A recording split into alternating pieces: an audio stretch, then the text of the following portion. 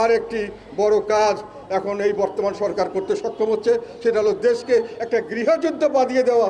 ওইটা ওনাদের এখন একটা এজেন্ডা বলে আমার মনে হচ্ছে।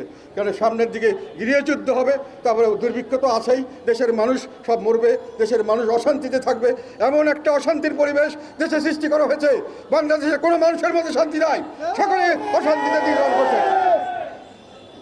এখন আমি সেই জন্য একদিন বলেছিলাম যে আমরা একজন নোবেল শান্তি স্থাপনের জন্য নোবেল প্রাইজ পাওয়া একজনকে এখানে আনা হয়েছিল, উনি এখানে কাজ করছেন, উনি সর্বোচ্চ হয়েছেন, সবাই অনেক আশা নিয়ে বসে আছে, কিন্তু সবাইকে হতাশ করে উনি এখন দেশকে যেভাবে অশান্তির দিকে নিয়ে যাচ্ছেন, আমার কাছে অনেক সময় মনে হয় অশান্তির জন্য যদি কোনো নোবেল প্রাইজ বা এই ধরনের কোনো প্রাইজ থাকে, সেটার জন্য বর্তমান তত্ত্বাবধায়ক সরকার এবং তাদের প্রধান এটার জন্য এখন এত কম্পিটিশন করতে চাচ্ছেন বা কম্পিটিশন করার উপযুক্ত হয়ে দাঁড়িয়েছেন। বাংলাদেশের ইতিহাসে আমাদের জানা মতে কোনো সময় বাংলাদেশের ইতিহাসে এত খারাপ আইন শৃঙ্খলা পরিস্থিতি কোনো সময় ছিল না। কোনো মানুষের কোনো নিরাপত্তা নাই, কোনো কিছুর কোনো নিরাপত্তা নাই, মানুষের তার পরিবারের নাই, তার বাড়ি ঘরের নাই, তার ব্যবসার কোনোখানে কারো নিরাপত্তা নাই, ব্যবসার কোনোখানে কারো নিরাপত্তা নাই, ব্যবসা ভেঙে দিচ্ছে, বাড়ি ঘর লুটপাট করে দিচ্ছে, যে কোনো সময় মহিলাদেরকে অসম্মান করা হচ্ছে, যে কোনো যার যা ইচ্ছা করে যাচ্ছে। এবং প্রতিদিন আমি এখন দেখলাম যে প্রতিদিন এখন আমরা যেটা খবর পাচ্ছি এবং বিভিন্ন লিবলে দেখছি,